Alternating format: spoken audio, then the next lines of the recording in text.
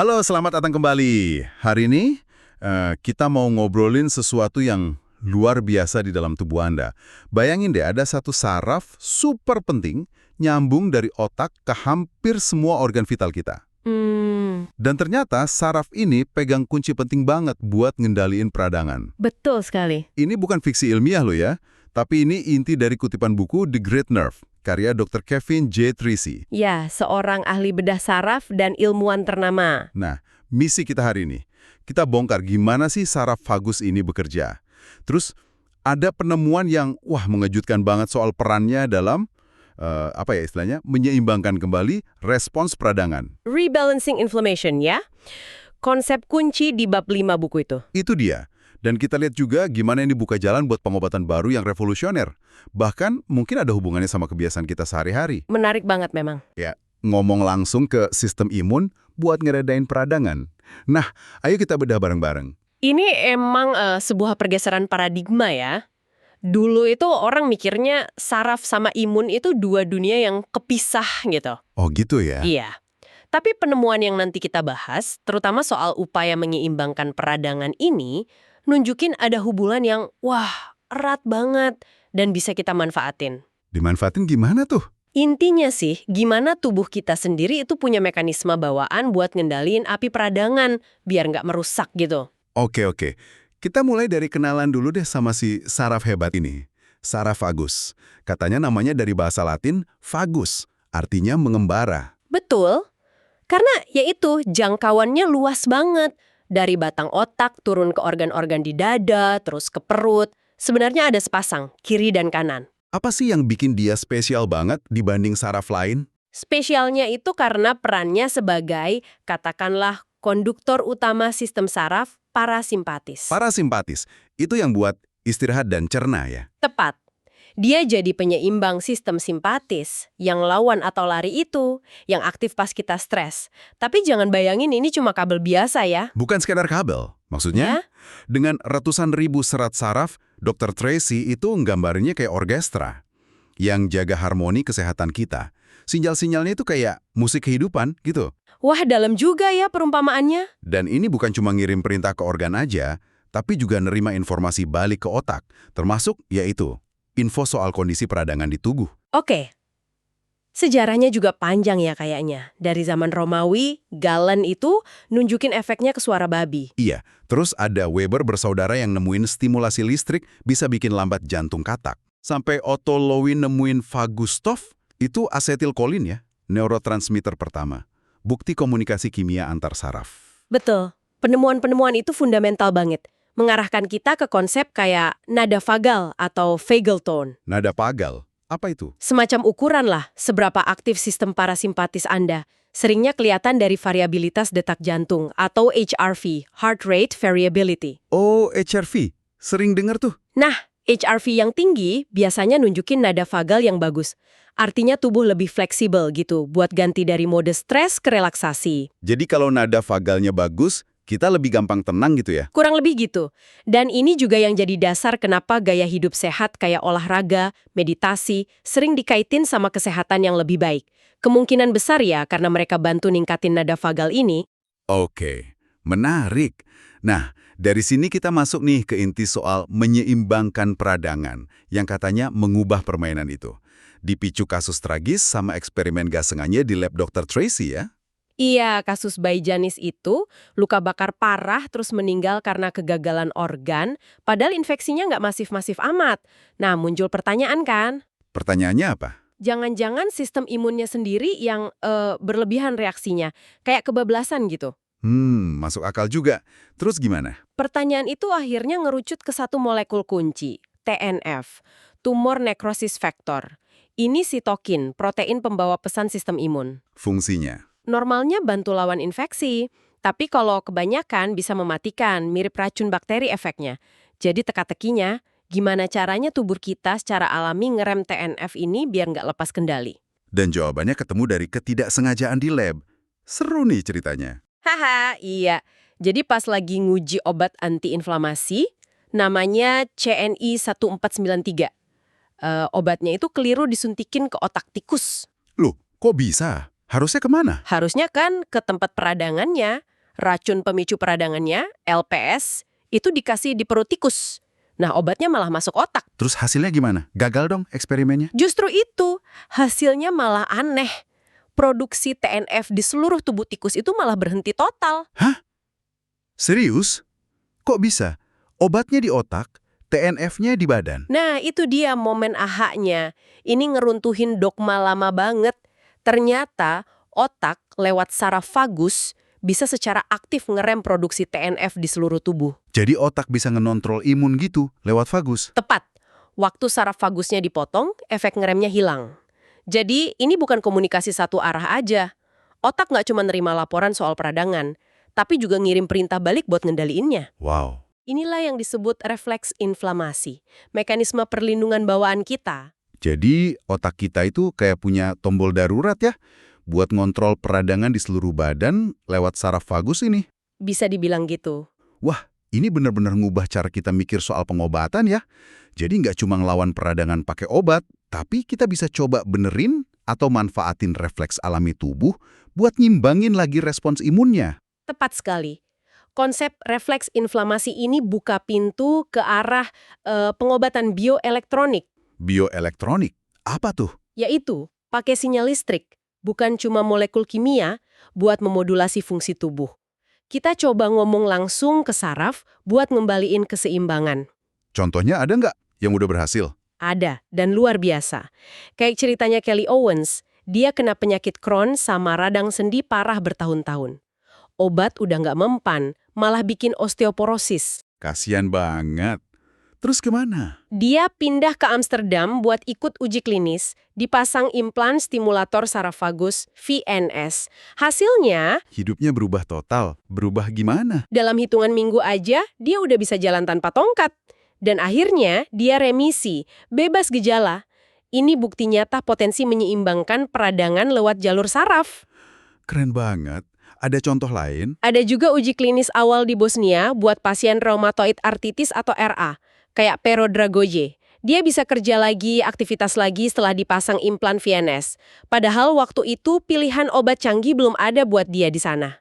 Jadi VNS ini alat yang ditanam di badan gitu ya? Iya, implan kecil mirip pacemaker, ditanam di dada, terus ada kabel ke saraf vagus di leher. Alat ini ngirim pulsa listrik yang lembut dan terkontrol. Listrik? Bahaya nggak tuh? Nah, ini penting dipahami. Ini bukan listrik kayak di rumah atau petir ya. Ini sinyal yang niru bahasa alami saraf. Sangat kecil dan aman. Dan harus presisi ya kayaknya? Nggak asal nyetrum saraf aja? Penting banget. Parameternya, kayak kekuatan arusnya, durasi pulsanya, frekuensinya, itu bisa diatur dengan sangat tepat. Kayak nyetel radio lah. Tujuannya apa diatur gitu? Biar sinyalnya cuma ngomong ke serat-serat saraf tertentu yang terlibat di refleks inflamasi tadi. Nggak ganggu fungsi saraf lain secara berlebihan. Tujuannya ya memicu pelepasan asetilkolin di limpa, yang nanti nyuruh sel imun, makrofag namanya, buat ngurangin produksi TNF. Teknologi VNS ini kan sebenarnya udah lama ya dipakai buat epilepsi? Betul banget, udah ratusan ribu pasien epilepsi pakai VNS sejak tahun 90-an. Terus hubungannya sama penemuan refleks inflamasi ini gimana? Nyambungnya di mana? Nah, pengamatan pada pasien epilepsi inilah yang ikut nguatin hipotesisnya. Ternyata, pasien epilepsi yang pakai VNS itu, kadar TNF di darahnya juga ikut turun. Oh, jadi ada efek antiinflamasinya juga ya di pasien epilepsi? Iya, ini jadi bukti pendukung kalau stimulasi vagus memang punya efek antiinflamasi sistemik. Makanya perusahaan kayak Setpoint Medical terus fokus ngembangin VNS generasi baru. Yang lebih kecil dan lebih spesifik nargetin refleks inflamasi buat penyakit autoimun. Wah, ini harapan baru ya, terutama buat orang yang nggak cocok sama obat biologik yang neken imun secara luas itu, yang banyak resikonya. Betul. Tapi, apa harus selalu tanam alat di dalam tubuh sih? Ada nggak cara lain yang lagi diteliti, biar nggak invasif gitu? Penelitian terus jalan kok buat cari alternatif non-invasif. Salah satunya, tapi ini masih awal banget ya, pakai focused ultrasound. Kayak USG gitu, tapi lebih fokus.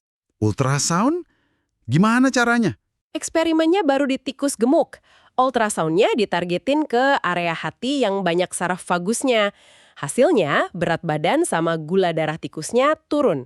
Mirip efek obat populer kayak Ozempic itu. Wah, menarik. Tapi masih jauh ya buat manusia? Masih perlu banyak penelitian lagi. Jauh sih relatif ya, tapi belum siap pakai lah. Oke. Nah, yang kayaknya lebih dekat nih ke penggunaan praktis. Stimulasi listrik dari luar kulit ya, kayak TENS itu. Terutama yang di kuping, TAVNS. Iya, transcutaneous PNS. Ada cerita menarik tuh dari kolega Dr. Tracy di Swedia, Profesor Ulf Anderson. Gimana ceritanya? Dia merasa kebantu banget ngatasin peradangan kronis pasca operasi, terus kecemasan sama depresinya juga. Pakai TENS yang dijepit di telinga. Kok bisa di telinga? Emang nyambung ke vagus? Teorinya gitu. Ada cabang saraf vagus yang sampai ke kulit di area tertentu di telinga, namanya simba concha. Jadi harapannya, stimulasi listrik ringan di situ bisa ngaktifin jalur vagus. Tapi udah pasti efektif nih. Nah, ini perlu jujur ya. Bukti kalau TVNS bisa stimulasi vagus seefektif implan, masih terus dikumpulin. Mekanismenya mungkin lebih kompleks dari yang kita kira. Jadi belum pasti banget ya? Belum sekuat bukti implan, tapi studi fMRI itu nunjukin ada perubahan aktivitas di area otak yang terkait input vagus pas TVNS dilakuin, dan ada laporan manfaat klinis juga buat beberapa kondisi. Jadi risetnya masih sangat aktif di bidang ini. Oke. Ini kayak ngejembatanin ya antara teknologi medis canggih sama sesuatu yang lebih gampang diakses. Dan ini bikin kita mikir lagi, bisa nggak sih kita ngaruhin saraf vagus ini, nyembangin peradangan ini lewat kebiasaan kita sehari-hari aja? Nah, itu pertanyaan bagus. Sumber kita ini nyebutin beberapa hal menarik loh. Apa aja tuh? Coba kita kelompokkan ya.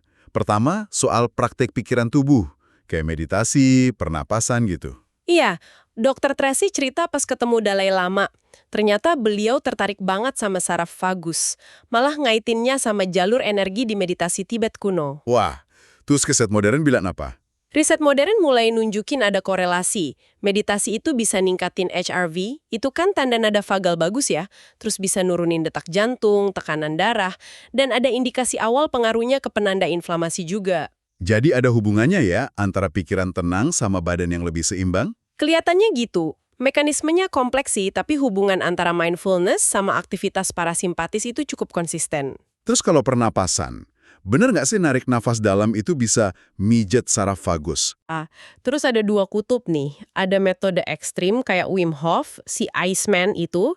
Kayaknya dia nekan respons inflamasi akut lewat lonjakan besar adrenalin. Itu kan respons simpatis ya, walaupun mungkin ada kontribusi vagus juga sih. Itu yang latihan napas terus mandi es ya? Betul. Nah, di sisi lain, ada pernapasan yang lambat dan terkontrol. Misal tarik napas 3 detik, buang 7 detik, itu secara konsisten ningkatin HRV dan bikin tenang. Nah, ini jelas lebih terkait langsung sama peningkatan aktivitas vagus alias parasimpatis. Jadi dua-duanya bisa ngaruh ke inflamasi, tapi caranya beda ya? Mungkin lewat jalur yang beda, ya. Keduanya bisa memodulasi inflamasi. Oke. Terus ada lagi nih stresor fisik, paparan dingin sama olahraga. Gimana kaitannya sama vagus dan peradangan? Paparan dingin, terutama air dingin di muka, itu micu refleks menyelam atau diving reflex. Diving reflex. Iya, ini unik karena melibatkan aktivasi simpatis dan parasimpatis vagus barengan. Akhirnya bikin jantung melambat. Banyak klaim populer soal manfaat antiinflamasi dari mandi air dingin rutin, tapi bukti ilmiah yang kuat buat efek sistemik lewat vagus ini masih perlu lebih banyak lagi. Perlu hati-hati juga, apalagi buat orang yang ada masalah jantung. Jangan asal ikut-ikutan tren. Oke, dicatat. Nah, terakhir, olahraga. Ini sih udah jelas bagus ya buat kesehatan. Jelas, olahraga aerobik teratur itu cara paling terbukti buat ningkatin kebugaran, nurunin detak jantung istirahat, sama ningkatin HRV. Itu semua kan tanda nada vagal yang sehat. Manfaatnya buat ngurangin risiko penyakit kronis karena peradangan juga udah jelas ya. Udah mapan itu. Nah, pertanyaannya, apakah ini secara spesifik kerjanya lewat mekanisme vagus buat nurunin inflamasi? Itu yang masih perlu diteliti lebih detail. Tapi manfaat kesehatannya secara keseluruhan sih nggak diragukan lagi.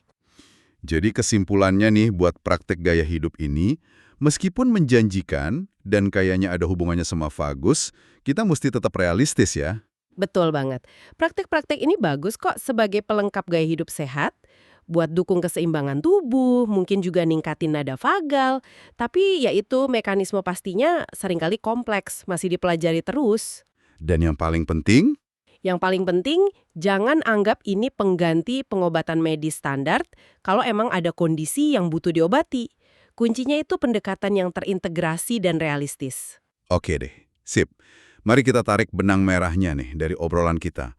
Ngacu ke kutipan The Great Nerve, fokusnya ke upaya menyeimbangkan kembali peradangan. Siap? Oke. Kita udah lihat betapa vitalnya saraf vagus ini. Jalur komunikasi otak tubuh yang krusial.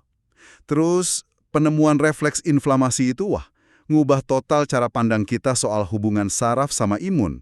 Iya, itu game changer banget. Dan yang paling bikin semangat, ada potensi besar buat manfaatin saraf ini. Bisa lewat stimulasi listrik canggih, metode non-invasif, bahkan mungkin dari gaya hidup sehari-hari. Buat bantu tubuh ngendaliin peradangan secara alami. Kalau disuruh milih 1 atau 2 nugget paling penting yang perlu kita ingat dari sini, apa tuh? Oke. Pertama, otak Anda itu bukan cuma penonton pasif loh pas ada peradangan. Dia itu dirijen aktif yang bisa nyuruh sistem imun buat tenang lewat si saraf vagus ini. Ini refleks penyembuhan alami kita. Oke, otak sebagai dirijen. Keren. Yang kedua? Kedua, mungkin masa depan pengobatan itu nggak melulu soal obat kimia, tapi juga soal memperbaiki atau menyetel ulang sirkuit biologis kita sendiri. Kemampuan buat ngomong langsung sama saraf kita ini buka kemungkinan luar biasa buat nyiimbangin lagi fungsi tubuh, termasuk, yaitu, respons peradangan. Menyetel ulang sirkuit biologis. Menarik banget nih. Sebagai penutup nih, kita renungin yuk pemikiran akhir dari buku Dr. Tracy yang Anda kutip tadi. Gimana kalau suatu saat nanti, kita bisa pakai teknologi, mungkin chip kecil gitu, yang interaksi langsung sama saraf kita, buat ngoptimalin refleks penyembuhan ini secara presisi banget. Mungkinkah kita bisa kayak memprogram ulang respons tubuh kita terhadap penyakit dari dalam? Ini udah bukan sekedar angan-angan loh sebenarnya. Bidang bioelektronik itu lagi bergerak ke arah sana. Serius? Iya, pertanyaannya sekarang bukan lagi mungkin nggak sih, tapi lebih ke kapan dan gimana kita bisa secara aman dan efektif pakai pemahaman soal sirkuit saraf ini buat ningkatin kesehatan dan ngobatin penyakit dengan cara yang sama sekali baru. Wow. Potensi buat secara aktif menyeimbangkan kembali kesehatan kita dari level sirkuit saraf itu, besar banget. Pertanyaan yang bikin mikir banget ya. Oke deh, terima kasih banyak sudah menyimak pembahasan kali ini. Semoga ini ngasih Anda perspektif baru ya tentang betapa canggihnya tubuh kita dan juga arah masa depan dunia kesehatan. Sampai jumpa di kesempatan berikutnya.